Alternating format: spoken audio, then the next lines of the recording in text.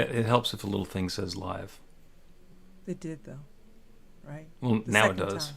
The second time. Yeah, second time's a charm. So I was brilliantly creative the first time we did this, but it wasn't live yet. So I'll hopefully be able to do it again. And welcome to the pre-show of the Practical Prayer podcast.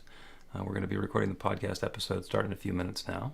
But Carol and I are available. If you have a comment or a question or a thing that you want to share with us, you can put it up in the comments. And we can say, hey there, Wayne in Calgary. Yeah, Wayne. There's Early. Wayne. You've seen Right Wayne on time. before. There you go. And you were talking about organizing yourself with neon-colored Post-its, and I found this, Yeah, which yeah. I've had for a long time. It's my pad of neon-colored Post-its, tied together with a regular package of Post-its. So, Yes, I have the squares and the little ones, color-coded, and you're supposed to write everything down. There's a lot that I have, so I've Yep. decided to color-code it better. Okay. Makes sense. I have a whiteboard. I finally erased everything off of it because it was all 6 years old.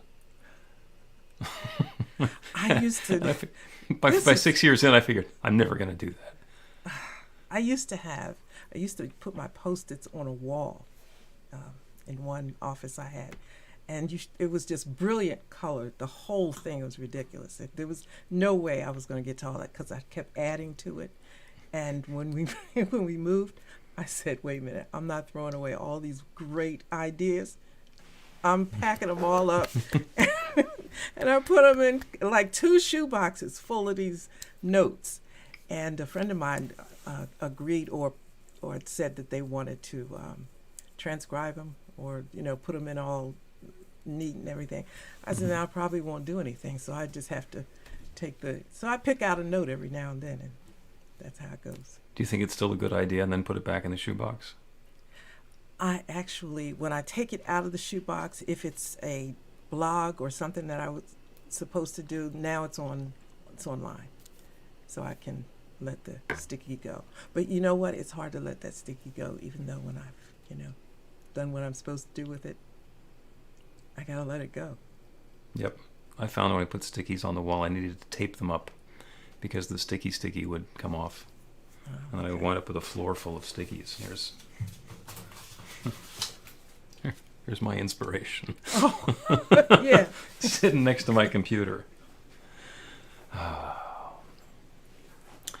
So we're going to talk about cause and effect today, which I'm really looking forward to because Yes. that's one of the areas where New Thought is so completely divergent from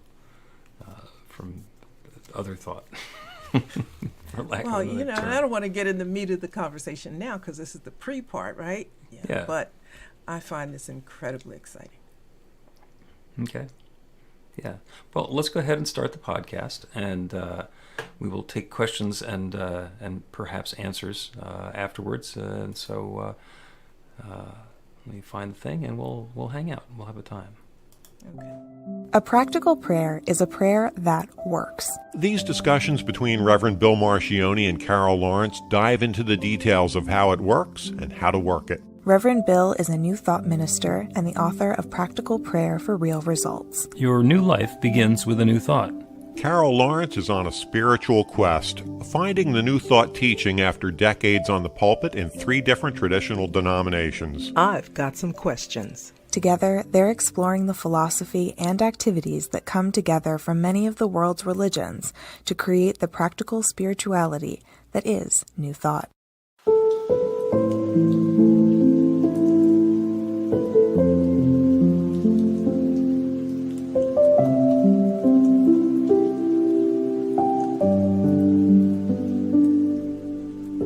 Welcome to the Practical Prayer Podcast. I'm Carol Lawrence, here with Reverend Dr. Bill Marchiony. And today you want to talk about cause and effect. I do. Every time we pick a subject, I say, this is great. I love this subject. It's one of my favorites. But this is one of them. So this is one of your favorites. Yes, Okay. because it's freeing. Okay. Well, in the normal world around us, people understand cause and effect to be, I want to move something. So the cause is I push on it, and the effect is that it moves. The cause is that I throw the rock, and the effect is that it hits somebody or something or rolls down the hill. So that's cause and effect out here in the physical Newtonian world. And you figure that people think that's all that ever happens. And when we talk about it, it's different. It is, and it's so relevant because, and let me just say the reason that the context in which I'm thinking, we are living right now, the experience that we have right now is the result or effect of some decision that was made, maybe yesterday, maybe 10 years ago. Mm-hmm. But you don't think of it that way. And I'm trying to figure out how to phrase this without being negative in any way, because I don't want to slap anybody's belief system. I don't want to do that. But you can leave that to me. Okay, I'll leave that to you. But the reality is that's exactly what's happening. And that means the responsibility for our life, speaking in broad, painting with a broad brush, of course, but the responsibility for our life is ours. Like there's no entity out there that you can beg and plead and hope will bring about the desired change or the desired effect that you want in your life. It just doesn't work that way. Right. If there's something that I think is beyond belief, I can't believe it's possibly going to happen. There is no external entity that can make it happen. Exactly. And that's a touchy thing, because, the entity that we're talking about is God. I call God spirit. And people, I don't want us to poo-poo what somebody believes about the activity of God in their life, because you can't deny a person's experience. But after a while, you look at the pattern and you see that where you are right now is a result of past behavior. And, you keep doing the same thing, you get the same result. Right. And I didn't give the new thought equivalent of cause and effect at the beginning when I described cause and effect, which is where if I want something to move, I push on it, and that's the cause, and then it actually moving is the effect. Mm-hmm. In new thought, we understand that everything starts in consciousness. First cause was God creating everything and sharing its creative energy and power and law with its everything. And wherever consciousness shows up is the ability to activate that law again or some more. It's not again, it's a continuous kind of thing. So in new thought thinking, the cause is the choice, the decision, the intention to have the thing move. The first effect is pushing on the thing. That is a result of our thinking, I want to have that thing move. So the first thing that we do, the first effect, is to push. The secondary effect is that the thing moves. But it's all done in consciousness. It all happens in consciousness. And that's really important because we are free to choose whatever it is we want. There is not some superseding consciousness that's going to override what we want. It may give us something different than we said we wanted, but that's not because it's doing something other than what we wanted. It's because what we want and what we believe is possible are different. Because the law is always responding to our beliefs. When our beliefs are activated by our words, then there's a very clear focus for that creative power, and it brings things into our experience in just spectacular ways. But there's nobody sitting in a director's chair deciding what it is that we're going to get. Exactly. When you say that it all starts in consciousness, could you say that another way? The consciousness, mind, it goes beyond intelligence. It's belief. So whatever it is that exists in my belief system, in my consciousness, is what's going to be showing up in my life. And I can change that. Usually it's in incremental steps. Sometimes it can be something transformational and amazing. There was a huge change in my life when I learned about the technique of creating a new experience using a practical prayer, because I was suddenly able to get changes happening in my life instantaneously or really rapidly. and amazing changes that would happen that I would not have had any reason to expect would happen. But I opened up the belief to the possibility that this could happen, and I set the intention that it would, that the experience was unfolding. I got what I call my small self out of the way, and the creative power that knows how to create galaxies started creating stuff in my life. Mm-hmm. I mean, I think I've told the story before about how it was that I moved back from Florida to Philadelphia. I got exiled. It was accidental. I was on the radio, and I moved from Philly to South Carolina for a radio job. And 6 months later, it turned out that I needed a different radio job, and I got hired to go to Miami, Fort Lauderdale. So we moved down there, and the radio job lasted about a half a year, which had been a problem with me in the radio business up until then. So I switched into advertising and technology and marketing and did other things while living in Florida, wanting to move back to the Philadelphia area, but not having the means, the mechanism, the job, whatever, to do that, and for all kinds of reasons. Wound up getting, I've had lots of jobs that were the best job of my life. And one of the best jobs of my life at that time caused us to move from Fort Lauderdale to Tampa. And that's where I really found the New Thought teaching, a very small spiritual community in Tampa, where I learned to do practical prayer, which at that point, being Religious Science International, was called spiritual mind treatment. And set the intention that I really wanted to move back to Philadelphia with my family, and to do so in a way that we're not going to go broke, and we're going to be fully supported, and there's going to be good work and all the rest of that. And the company that I moved to Tampa to join had been a very small consulting company, and a couple of months before I joined them, they'd been acquired by a large nationwide printing supplies company. And so went to work for them, and they kept on changing around our mission, taking us from supporting publishing companies to supporting printing companies, and there was all sorts of noise about how, well, they might just roll this little group in Tampa up into one of the organizations that they had in a bigger city someplace. All of it was scuttlebutt. And we're thinking, okay, we've got family in Philadelphia, there's reasons to go, there's reasons not to go. Is this actually going to be okay for us? Are we going to be like jumping into a hornet's nest or something? There's a big national trade show that happened a couple of times, every couple of years, and they put our little group in Tampa in charge of the trade show presence. And the trade show happened to be at the Pennsylvania Convention Center in Philly. So I got sent up to Philly for 2 weeks to prep and run the trade show with a hotel room. So all I had to do was fly my wife and daughter up, and we got a 2-week audition with a rental car to hang out in Philadelphia and see if it was going to be okay. And it turns out, yeah, it is okay.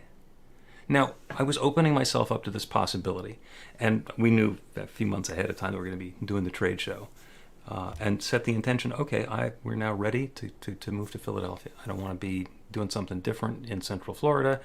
I'm open to that possibility.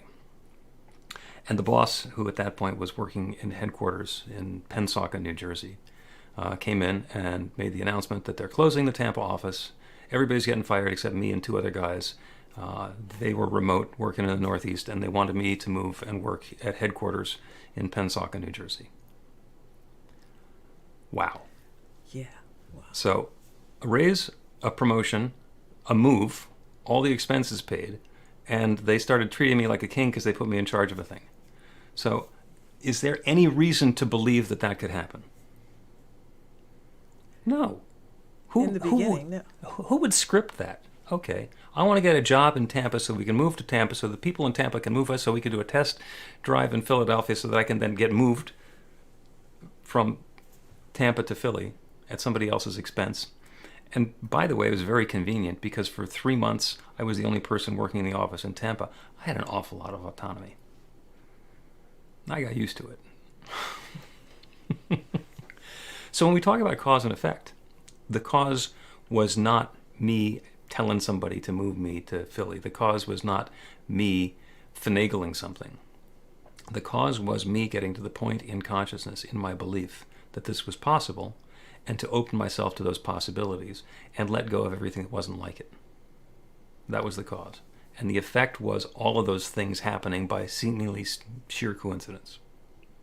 Okay, number one. That's a lot. That's a whole lot in there. So Well, I'm there's a gonna big story, yeah. Yeah, so I'm going to try to pick out a couple of things. So how long did it take from Florida to Philly? We were in Tampa for 1 year. Mm-hmm. The lease on the house was up in February, or the end of February of 97, and we had signed the lease sometime in February, and so we were out of there in a year.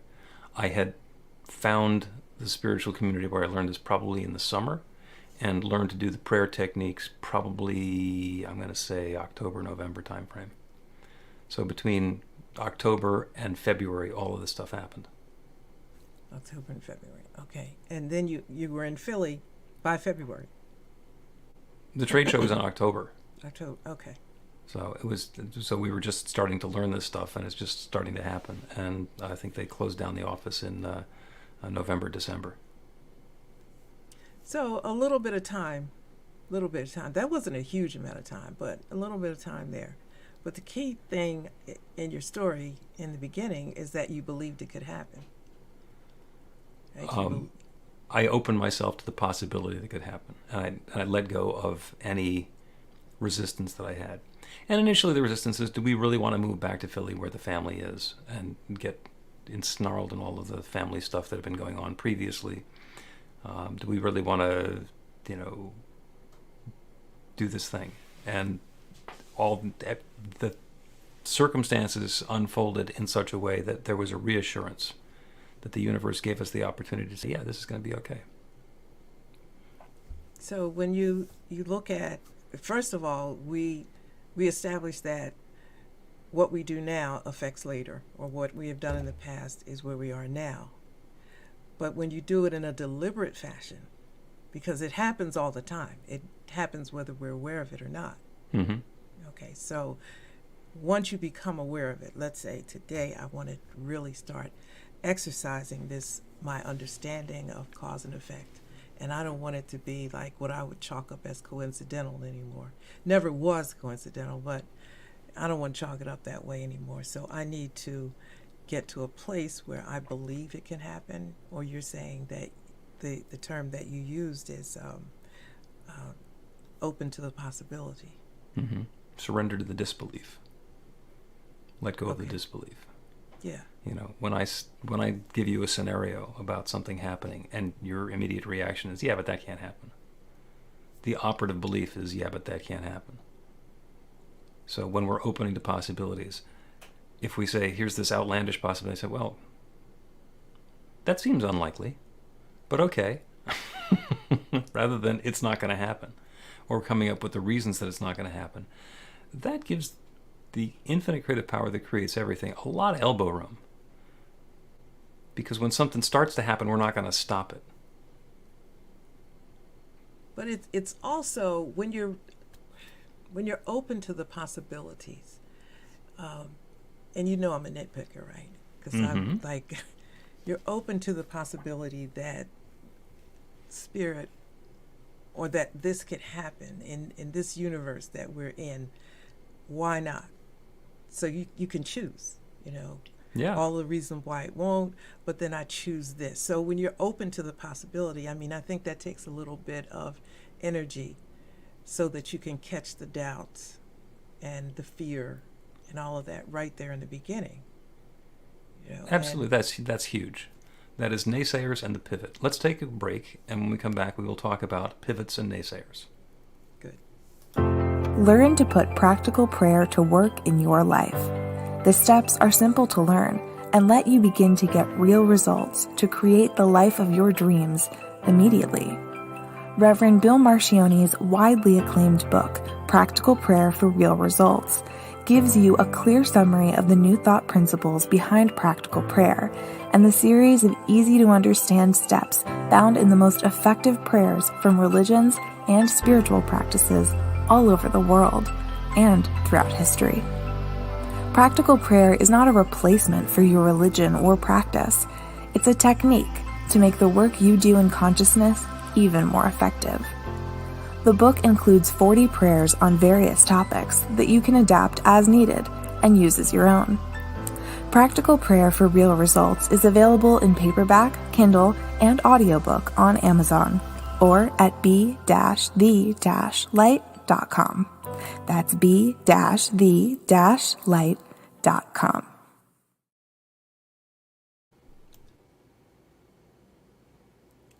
One more time. You need to unmute again.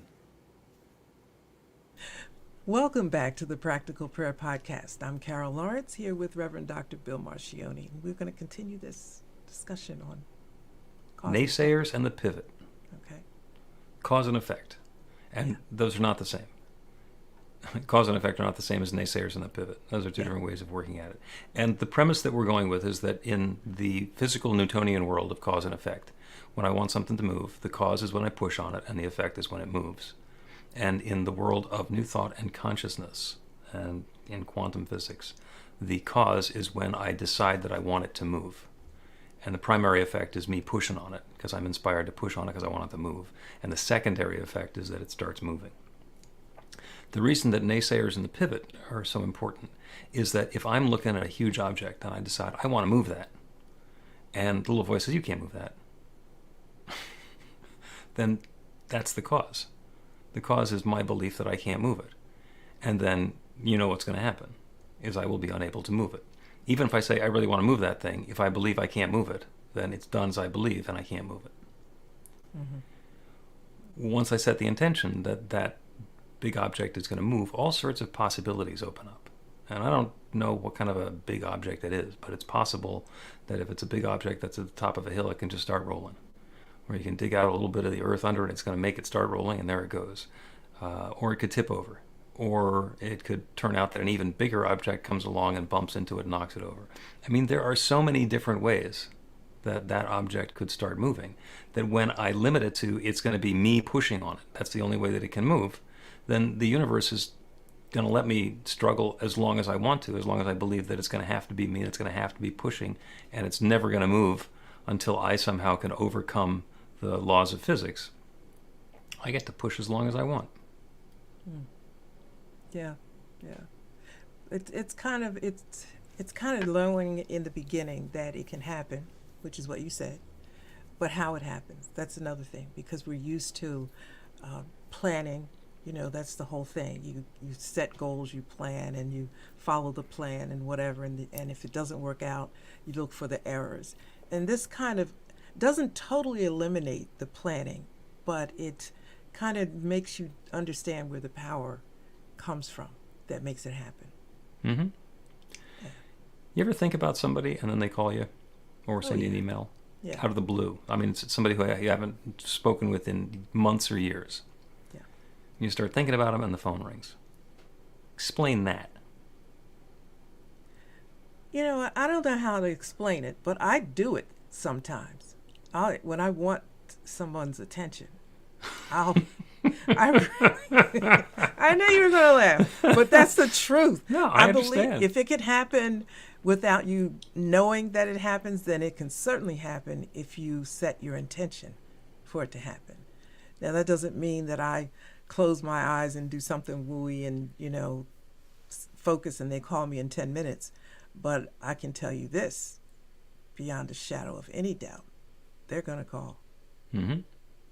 They're going to call. Yeah, they're going to call because they wanted to call, not because they got some voodoo curse from you. No, but something left from me and said, you better call her. And when those happen to people who are just going through their normal course of their lives, they call it a coincidence. Mm-hmm. And I'm perfectly happy calling all of this stuff a coincidence. I'm going to sit over here and I'm going to do a practical prayer. I'm going to say some words either out loud or in the privacy of my own head, and then something's going to happen in the world. Do I care that I can either explain exactly what I believe the metaphysics of that is, or is it okay with me if the good thing that's showing up in my life just shows up by coincidence? Do I care? No. I care. Because I want to make sure that it happens again. If I'm generating the coincidences that are making me happy, and it's just a coincidence that I do a practical prayer for something and then it shows up, does it make any difference whether I call that me harnessing the creative power in the universe or inspiring a coincidence?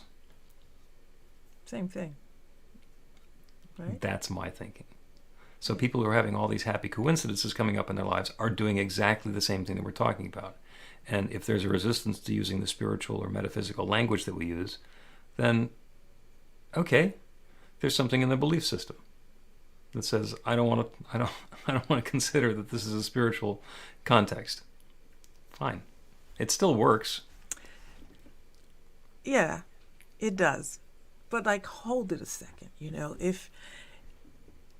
If you just think that it's coincidence and that you had no part in it and it just happened to you, then those are people that you meet all the time where just like life has happened. I'm in this situation and life has happened and it just keeps on happening and I have bad luck.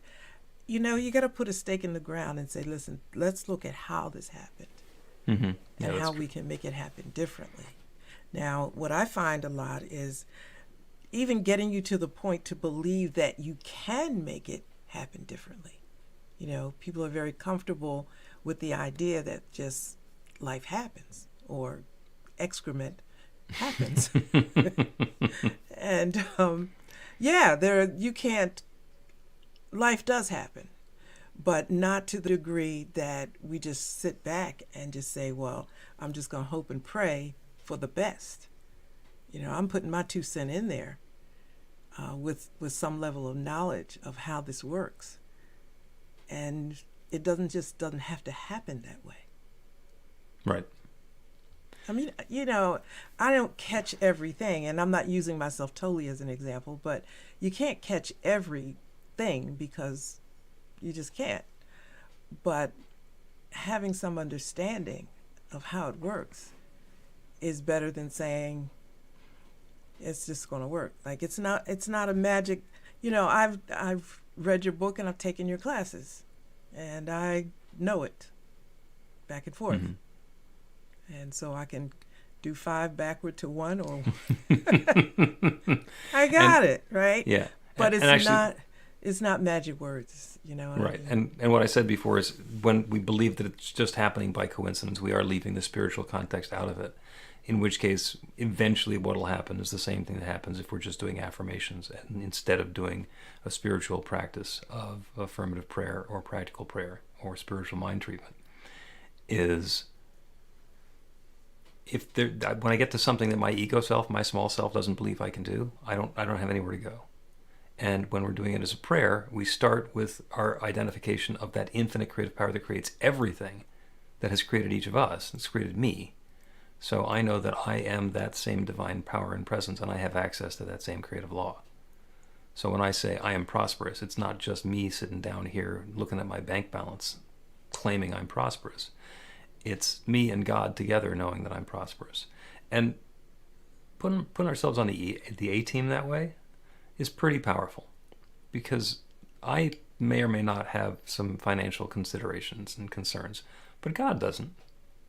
God knows how to make another galaxy. God knows how to create and do anything. God has infinite resource. So put myself on the team with that divine creative power, and suddenly my belief system gets bigger. Yeah. Because of the and. And that's important. I think it's working with the belief system. There is some intelligence in this whole process, even though first it's God. It's God all-powerful everywhere and all of that. But there is intelligence in that. And we had a comment over here that from Maureen, I think, that would add to this. She said, wouldn't that be taking into consideration of the greater good for all? And it seems to be saying that she's saying you have to think beyond just the want, but all things concerned. In the big picture, and I've had some people in my community who have been going through some studies and some transformational work, and some stuff has started to fall apart a little bit in their lives. And it's like, well, what's going on? Why is that happening? Why is it that everything seemed like it was getting wonderful, and then I had this setback and this challenge or this illness or this reverse or whatever's going on? What happens is that something needs to shake loose from the status quo in order for something new to come into being. It is completely possible for love to be unfolding and the greater good for all to be revealing itself. And there are some people who don't want the greater good for all. There are some people who are approaching this creative process from a place of fear. The fear that if somebody else has something good, that means that I don't have something good. That there's a competitiveness, that there's a limitation or a zero sum, where in order for me to be a winner, somebody else has to be a loser. So let me go out and make some losers.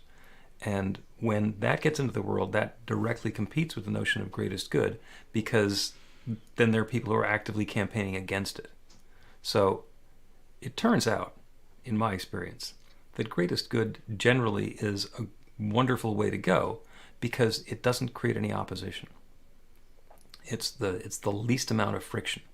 If I am opening myself to my good and knowing that that same good is lifting all the boats, then I'm setting up a possibility for that creative field to be much bigger and much more powerful, because I'm now connecting myself with all of the other individuals who want us all to succeed and to prosper. Mm-hmm. And so that brings in some other ideas about your mindset and how you feel about things, character, for example, and all of that's a part of it. In the old tradition of praying, when you get all that together and you discover that you're a wretch undone, and that by the time you start praying, you've already decided that you're not worth it and that you don't deserve it.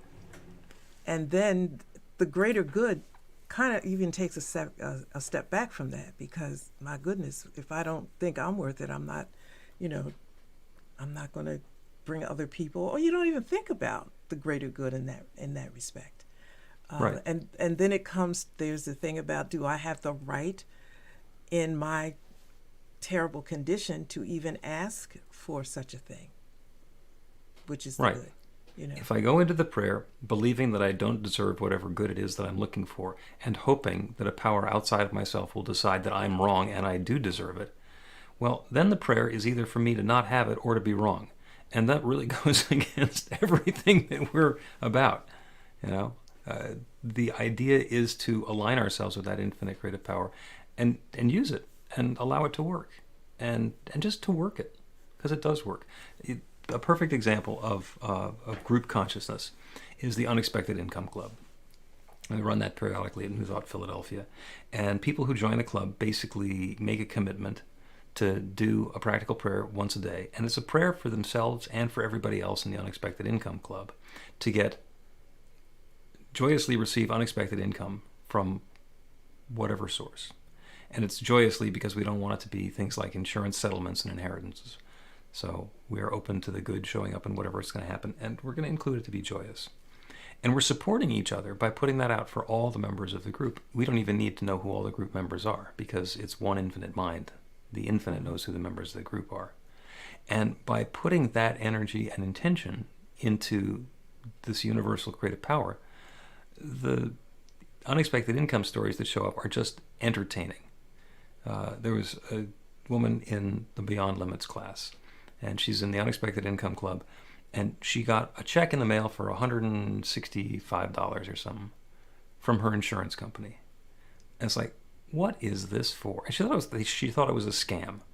Like, why is there a check showing up at my house from the insurance? So she called them, and they said, oh yes, there was you were overbilled for some amount in 2019. so we refunded the money. It's like, that's 3 years ago. That's 3 years have gone by. That's completely unexpected. But now that she understands the story, it's completely reasonable. And she could get huffy and say, well, why did it take you so long? But it showed up at exactly the perfect time. I believe that. Yeah. And we think about it as coincidence. But the reason that I asked you about how long it took you to get from Florida to Philadelphia, because when you pray, it's not always instant. The cause and the effect may be like a year or two in between. Oh, there was definitely unfolding time in there. Yeah, and I think that has to be taken into consideration. I think you have to say that that's okay. You don't have to say it's going to be okay. You just have to deal with it, because the universe works the way the universe is going to work, it's possible for the stuff to happen almost instantaneously. I mean, from the time I started doing the practical prayers for clarity on whether we wanted to move to Philadelphia till the time that we got to Philadelphia was 6 months. And prior to that, it had been 9.5 years. But when you don't say that it's okay, when you don't go into it with that mindset that the time is going to be whatever it is and that's okay, I think you can be resistant. Oh, yeah. And change your mind or whatever and just get all tangled up and not move at all. Either the universe is in charge or not. It either works the way it works or it doesn't. Mm-hmm. You know, and I think that I'm extremely practical in that regard. If this is the way you say it works, and I can line this up with my belief system, then fine. You know, for example, there's something that I was planning to do. I wanted to see this happen, and I thought, okay, I got everything in line, I believe, and that's it. But other things started to occur to me. You know, when this particular thing happens, are you going to take all of this baggage into this nice, new, wonderful situation? Mm-hmm. And if that's the case, you're going to be just as dissatisfied in the wonderful new situation. Even though it's wonderful and new, you're going to have the same struggles and whatever. So I backed up and said, okay, this is what I want. And I recognize to unpack the baggage probably will take some time. Could happen by magic, but I doubt it. So I'm open to that. You know, I mean, if it happens by magic, fine, but I don't think so. And I don't, you know, I'm cool with that. I'm just cool with it. If it's going to take a while, let me find some joy with what I'm doing right here. Because I know it's going to happen eventually, unless I change my mind and decide I want something else. Right. And that is all about perfect unfolding and all the pieces fitting together properly. Because I, for example, want to spend a lovely week at the beach, lying out on the beach and listening to the waves and just enjoying my time. If I have that desire in January, I probably need to either allow some time for the beach to become pleasant to lie at, or arrange some other resource so I can go to a beach that's a lot farther south than I was maybe envisioning. So the divine unfolding is the guidance on what's available now, what's available to me, what's the best and highest that can be evolving and unfolding for me, and then let that happen rather than be attached to a specific timetable or a specific experience. If we get ourselves set for the texture, the tone, the flavor of the experience, how we want to feel when we're having that experience, that leaves a lot of elbow room for the creative process to create something that leaves us feeling that way without having to do any of the things that we thought we would have to do in order to get there. Yes. So you know, you just talked about one of my favorite ascended masters, Neville Goddard. I'm happy to. Yeah. We're going to do a practical prayer about inviting coincidence, so we can just get as far away as we need to from the idea that we're doing anything. And we're going to invite some coincidences and understand them as miracles. We'll do that right after a break. You can put practical prayer to work in your life, and Reverend Bill Marchiony can help. He is offering an online class that teaches you to create your own practical prayer in 5 weekly 1-hour sessions. The final hour brings your practical prayer together, anchored in live original music by a notable New Thought musician. Practical prayer is based on the most effective prayers found in religions and spiritual practices all over the world. Use it to deepen ever more fully into the truth of your spiritual nature. It's the core of a transformational spiritual practice that's simple, even if it's not always easy. Reverend Bill is also available for private spiritual counseling prayer sessions. Together, you'll lean into the challenges you've experienced in life and explore the transformation that's possible through practical prayer. You'll uncover old, hidden beliefs and uproot them to make way for the life of your dreams. Everything you need to know is on the website at b-v-light.com. That's b-v-light.com.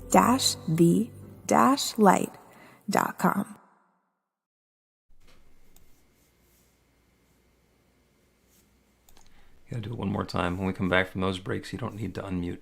I don't. Okay. No, it does it automatically, and then you remute yourselves instantly. Okay. So you want to do the welcome? You're going to do the whole thing. No, just do the whole thing. welcome. Welcome back to the... Welcome back to the Practical Prayer Podcast. I'm Carol Lawrence here with Reverend Dr. Bill Marchiony.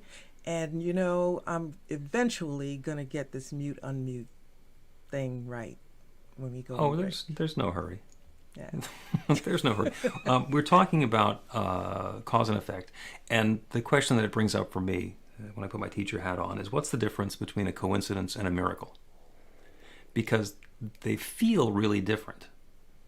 A coincidence is something that just happened, but a miracle is something amazing that just happened.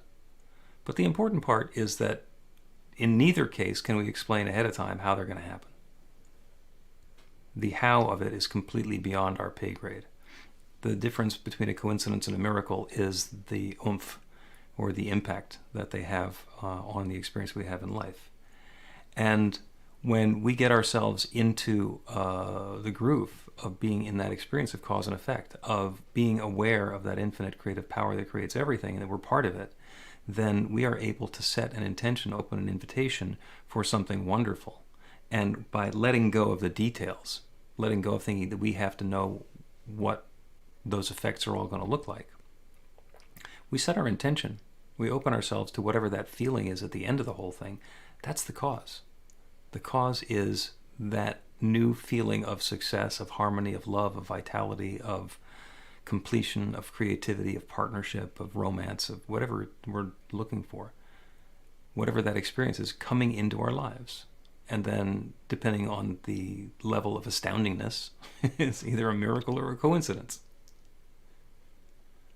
So the prayer today is going to be on bringing that newness into life, whether it's a miracle or a coincidence, whether it's something that we consider to be delightful but small, or spectacular and big.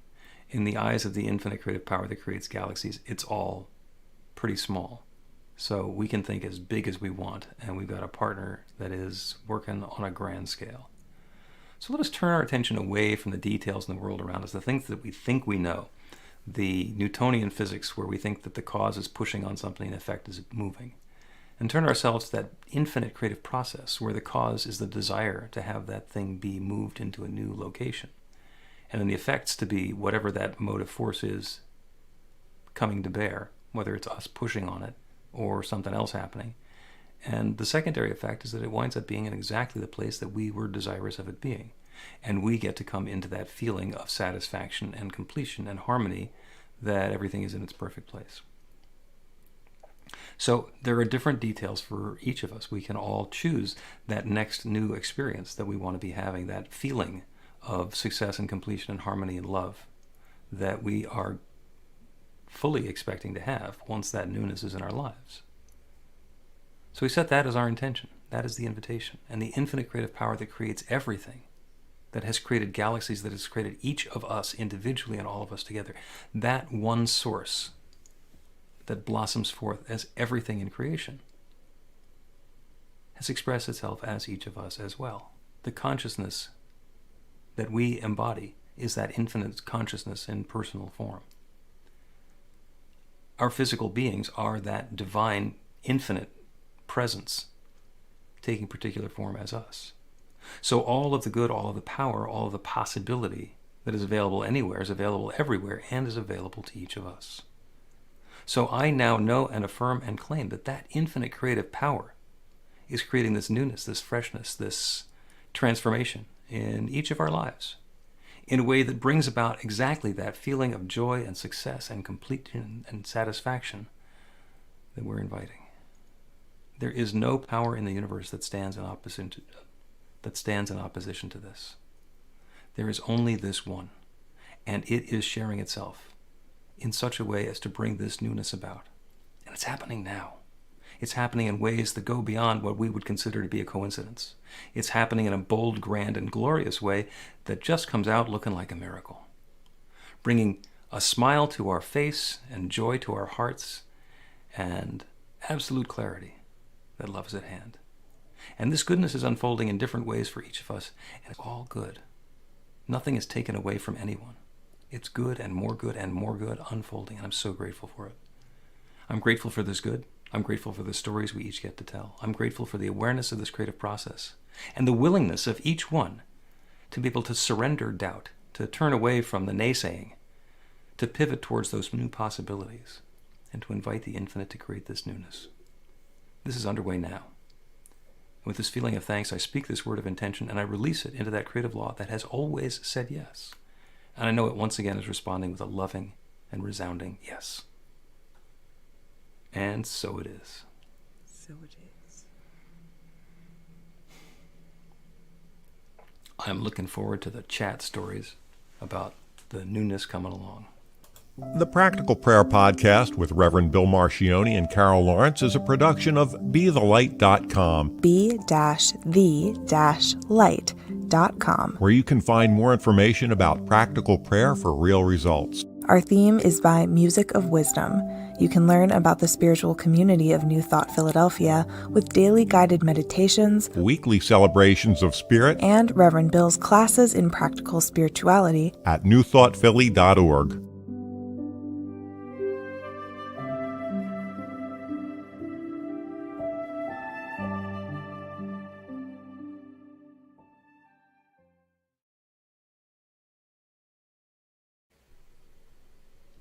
You can see the mics turn themselves back on. I'll just have to watch. In the beginning. It's only the first one. It's only the first one yeah. where the numbers come up. Okay. So I saw a ahead. comment. I saw a comment by, where'd she go? Oh, Bonnie Morgan Gonzalez. She said, the prayer can only be answered to the level of my beliefs. Absolutely. It is Yeah. done unto you as you believe. Yeah. Jesus said that. I think he was right. I'm not passing any judgment on him, but it's just my thought. Listen, by the way, Bonnie, if you're still there, she's still there? We still on? Yeah, we're still on. Okay. Yeah. So if you're still there, Bonnie, this is like one of those statements that hit you so hard, because if it's not happening, you have to only check yourself. Not yourself in terms of whether you're good or bad, but what you really believe. And, when I did that, it opened a whole new understanding for me. It's like really simple. And I would say what I'm desiring or what I'm asking for is good. It seemed like it lined up, but so what happened? Like I'm standing here, what happened?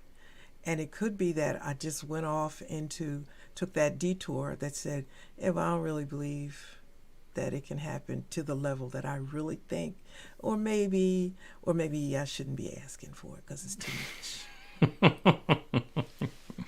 And I discovered a load of those things that were in my past that I chose, listen, I can't undo all that. I can start over new at this point. But yeah, so if you're still there, you're absolutely correct.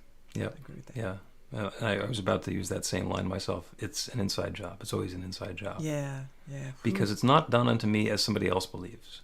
Now, they can have some influence, and I can certainly give away my power. We can go to the all-you-can-eat buffet, and I can go over and look at everything that's in there, and I say, Carol, what should I have? And then only fill my plate up with the stuff that you tell me to, and then be dissatisfied with what I got.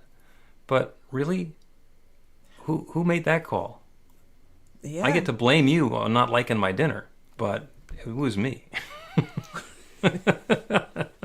Well, listen, it's how we've been socialized, or Don Miguel Ruiz calls it domestication. Domestication, yeah.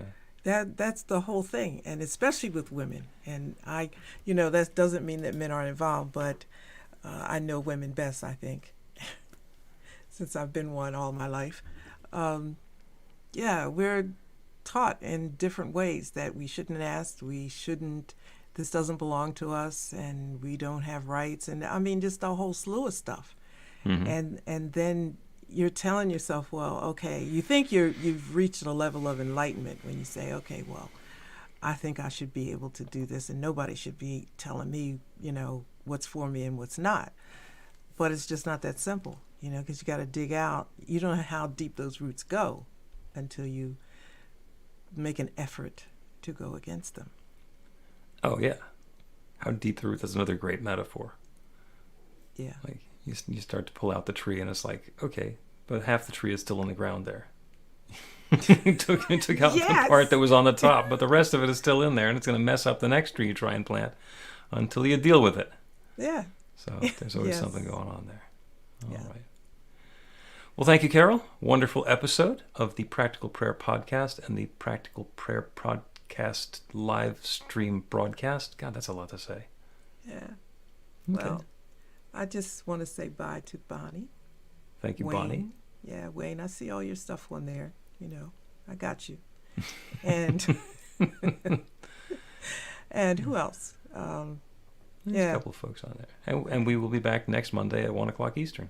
Yeah, so y'all hang in there with me, because I'm going to put my glasses on to read the things so I can, get to them a little bit better. But y'all hang in there. See you next time.